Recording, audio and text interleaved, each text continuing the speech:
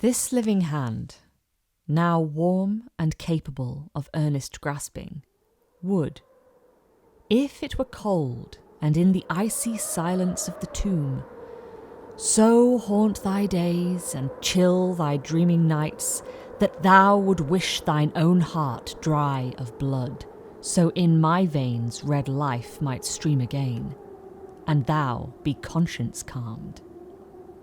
See, here it is. I hold it towards you. Happiest of Halloweens to you all. My name's Rosie, and today we'll be reading and analysing what is arguably Keats's spookiest poem, This Living Hand. So, let's get right to it. Firstly, what do I mean by spooky? Unsettling, horror-esque, generally Halloweeny. I suppose one way of putting it would be, of all Keats's poems, this one leaves me feeling the most uneasy, like I've just watched an episode of Inside Number 9. Secondly, why are these lines particularly spooky? Maybe the most obvious conclusion you might draw from an initial reading, without going into much sustained analysis, is that this appears to be a poem about death. We've got the icy silence of the tomb, words like haunt, blood, chill. There's a very gothic motif at work here. But that's not really enough to explain this poem's particular spookiness. After all, Keats draws on Gothic inspiration frequently, writes about death a lot. This isn't a rare occurrence. Death and dying crop up all over the place in his poems and in his letters, and this is perhaps unsurprising. His life in general is filled with death, so his fascination with death as a writer can in part be attributed to his first-hand experiences. Professor Nicholas Rowe writes that in addition to losing both his parents at an early age, John and Alice Jennings, Thomas Keats, Midgley John Jennings, Tom Keats and Edward Keats were also among his family's mighty dead. To them may be added scores of bereavements Keats had witnessed with Hammond, the surgeon he was apprenticed to during his medical training, and at Guy's Hospital. So Keats personally, literally, witnessed lots of suffering, disease, dying, and death. His formative years were spent managing the impact of death, both in a professional capacity and within the family. So it's unsurprising then that, as Professor Shahida Bari notes, death surfaces in Keats's poetry not simply as a theme or a motif, but as the utterly absorbing subject of his investigation. And not only is Keats's poetry filled with death, but we, as readers, tend to read his writing through the lens of his tragic, premature death. It's hard to separate Keats from the circumstances of his death, and harder still not to get caught up in the kind of death cult of Keats, searching his work for eerie premonitions and supernatural vibes and so forth. But the spooky specifics of how this death cult came to be is a story for another time. So not only does Keats write a lot about death, but we might struggle to read anything he writes, even the non-death stuff, as separate from death. Therefore, it's not enough to deem This Living Hand Keats's spookiest poem simply because it seems to be about death. Another thing to consider is that, of course, death isn't inherently spooky. There are so many ways to interpret death, write about it, feel about it. Just because something is about death doesn't mean that it's Halloweeny. Keats proves this time and time again in his poetry and letters. In some poems, you could read his presentation of death as uplifting and empowering. In others, indulgent and hedonistic. Death, in Keats, can be darkly tragic, but it's also often emblematic of new life, of cycles and rebirth. But in This Living Hand, I would argue Keats's collusion with death is absolutely spooky. Not simply because it's about death or that death equals spookiness, but for a variety of intricately chilling factors. So why is it especially spooky then? Let's have a look at some of the poetic devices Keats uses. The poem opens with the deictic this. If a word is deictic, its meaning is gleaned entirely from the context in which it's used. So if I say, I love this cat, you would know from context, from watching me hold Mouse, address her, look at her, that this cat refers to her. It would be a far more confusing situation if I just said, I love this cat, with no other context. And it would be menacing if I stared into the camera and said, I love this cat. Now, using a deictic word beginning a poem with this, something, doesn't have to be unsettling, but it does mean that the reader is entirely reliant on the context that's provided in order to understand what's going on, and in This Living Hand, the context is unsettling. Look at the first line, this living hand now warm and capable. That Keats refers to the hand as living immediately highlights the hand's other state of being, dying or dead. It's a weird way to refer to a hand, right? Like you wouldn't go to the doctor and say, oh, I think I fractured my living hand. It would also imply that you have a dying hand too. And herein lies the spookiness, right from the poem's first 3 words, living and dying, a live hand and a dead hand, are bound up together, somehow one and the same. And this is reinforced by the now warm and capable. The now suggests that soon, or previously, the hand won't be or was not living, warm and capable. We're immediately confronted with a past or future state in which this hand will be lifeless. So the context that props up the deictic this is spooky and uneasy from the off. Then, line by line, it gets creepier. We learn as we read on that the hand is capable of earnest grasping.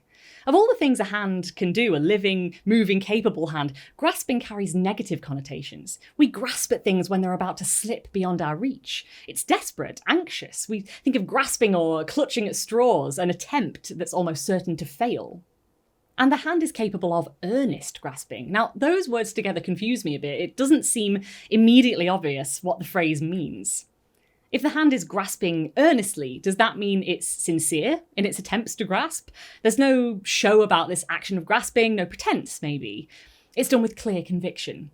Does that then make this grasping more sorrowful, perhaps? The idea that this hand is grasping in earnest, but still likely to be met with overwhelming failure? Maybe. But then we read on, and we get to the menacing demands the poem and the hand make of us as readers.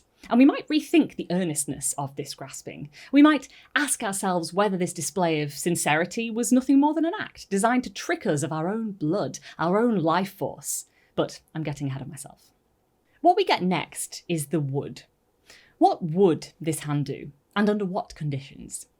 Well, as the poem tells us, if it were cold and in the icy silence of the tomb, so presumably if it were dead, it would so haunt and spook you, the reader, that you would wish for some kind of vampiric role reversal to ease your fears.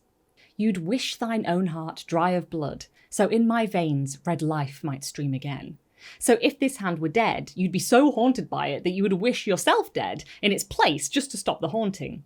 This hand is bad news. It becomes something like a phantom force that twists the reader's arm or hand to thoughts of suicide. We might go on further and ask, are these just thoughts? The poem doesn't end here. What we find by the poem's conclusion isn't just a threat, but a call to action. Not only does the dead hand promise to haunt the reader effectively to death, but the poem gives the reader the chance to act on this. To die. See, here it is, I hold it towards you. To be conscience calmed, to stop what the hand promises to be an endless haunting, you, the reader, must do something. Again, we have the eerie deictic use of here in the see, here it is. Where is here? The speaker tells you. Towards you. The hand is here, in front of you, waiting to be interacted with. You're faced with this phantom limb demanding your blood. More than this, by the end of the poem, we don't know if the hand is alive or dead. So we start off assuming it's living. It's this living hand, after all. We're presented with a future scenario if the hand were in the icy silence of the tomb, if it were to die. This is how you, the reader, would feel. But the last lines, the see, here it is, I hold it towards you, brings that future supposition into the present. It's not a future if, but a present here it is, right now. The hand is dead and held towards you right now, and this confuses things. We don't know if the hand is alive or dead. Keats blurs tenses, and in so doing, heightens the ghoulish, unnerving tenor of the poem. And let's just go back to something I said a second ago. The hand is a phantom limb. As far as we're aware, there is no person, no body attached to the hand. Yes, there's a speaker holding the hand towards us somehow, but we know nothing about them. We see nothing more of their physicality. To decide the hand is attached to an arm, to a torso, to a whole person is a big assumption in this poem. So what we're left with is a hand that just sort of floats there in the mind's eye, a disembodied phantom hand coming to us out of the darkness. For this, and for many other reasons, the poem achieves a particular spookiness because it taps into and anticipates the phenomenon made famous by Freud, the uncanny. Now, Freud says a lot about the uncanny in his 1919 essay Das Unheimlich, which literally translates to the unhomely, though this translation isn't exact. Freud describes the uncanny as that species of the frightening that goes back to what was once well known and had long been familiar. So rather than fear rooted in the unfamiliar, the mysterious, the out there, encroaching on the things that bring us comfort, it's fear rooted in here, inside, in the familiar, in things we might be inclined to trust. And this is, in my opinion, a recipe for an especially good horror story. Running from a villain, a monster, an alien is terrifying, but running from what's within, from what's familiar, is worse. There are examples of the uncanny all around us. Think of AI, of really realistic looking or sounding robots that are astoundingly human, astoundingly familiar, but not quite. There's something slightly off about them. It's unsettling. Or seeing your doppelganger. It's you, it's familiar, but it's not quite right. Jamie Ruers, writing on the uncanny for the Freud Museum in London, summarises some of the different ways the uncanny can occur in art, as highlighted by Freud. Waxwork dolls, automata, doubles, ghosts, mirrors, the home and its secrets, madness and severed limbs are mentioned throughout the uncanny, influencing painters and sculptors to explore these themes and blur the boundaries between animate and inanimate, human and non-human, life and death. Anything sound familiar here? Severed limbs, phantom limbs are uncanny. Just like Keats's hand, these are familiar things. We all know what hands look like. We've probably got a pair ourselves. But this hand is separate from a body. It's familiar, but not quite right. And Keats deliberately blurs those boundaries that Freud would go on to highlight between animate and inanimate, human and non-human, life and death. The hand is all these things at once, and, as a result, is entirely unsettling, unfamiliar, unheimlich. There's a great essay by Professor Brooke Hopkins called Keats and the Uncanny, This Living Hand, to which I owe a debt for obvious reasons. Interestingly, Hopkins links Keats's repeated poetic inferences to dismembered limbs to his training as a surgeon's apprentice, during which time he would have witnessed and maybe taken part in actual dismemberings himself. Indeed, one of the reasons Hopkins cites for the poem's uncanniness is the perpetual sense of being faced with a dismembered limb.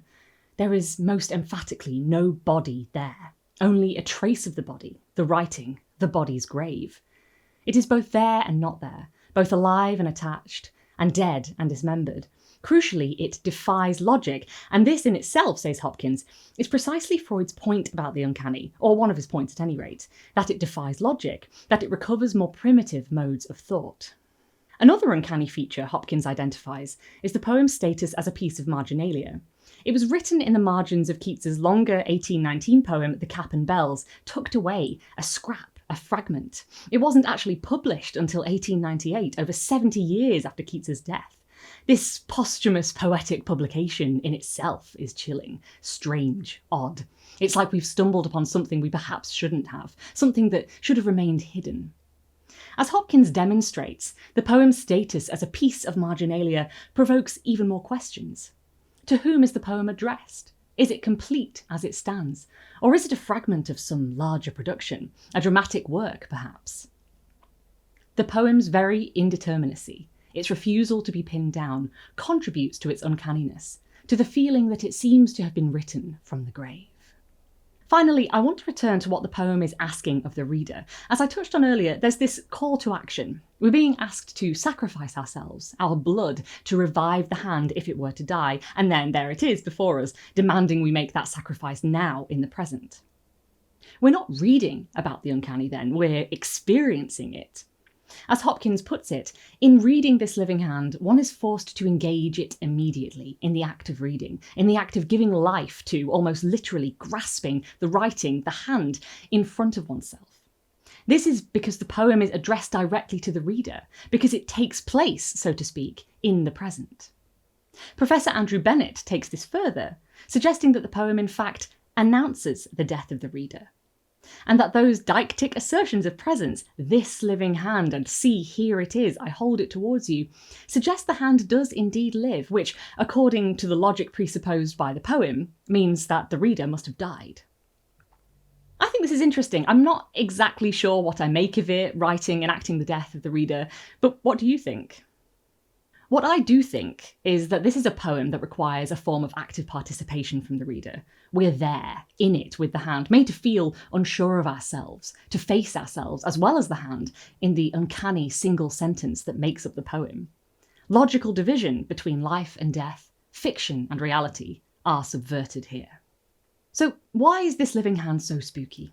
Written in the margins of Keats's longer poem, The Cap and Bells, This Living Hand posits dying as a protracted and threatening haunting. It is, according to Bennett, both an assertion and denial of the writer's death. By the poem's close, it is no more obvious whether the hand is warm and capable or in the icy silence of the tomb. Keats jumps between tenses before arriving at the forceful, "See, here it is, I hold it towards you," a troubling conclusion that extends the phantom hand to the reader and leaves it forever lingering in a gesture that demands interaction. But exactly what this should be, this interaction, and what the reader is supposed to do is unclear. Does the reader follow the instructions and wish thine own heart dry of blood to revive the hand? Does the hand need reviving? Is it dead or alive? In such a short poem, we've got the hand dying and reviving all at once. This Living Hand is a poem characterised by indeterminacy and a refusal to be pinned down. Temporally, structurally, formally and linguistically, This Living Hand resists conclusion, instead engaging the reader in a suspended dying that is never resolved.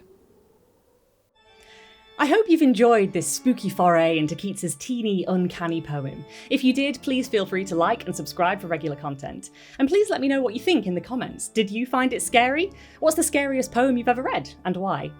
Mouse and I wish you an excellent Halloween. And with that, I'll see you in the next video.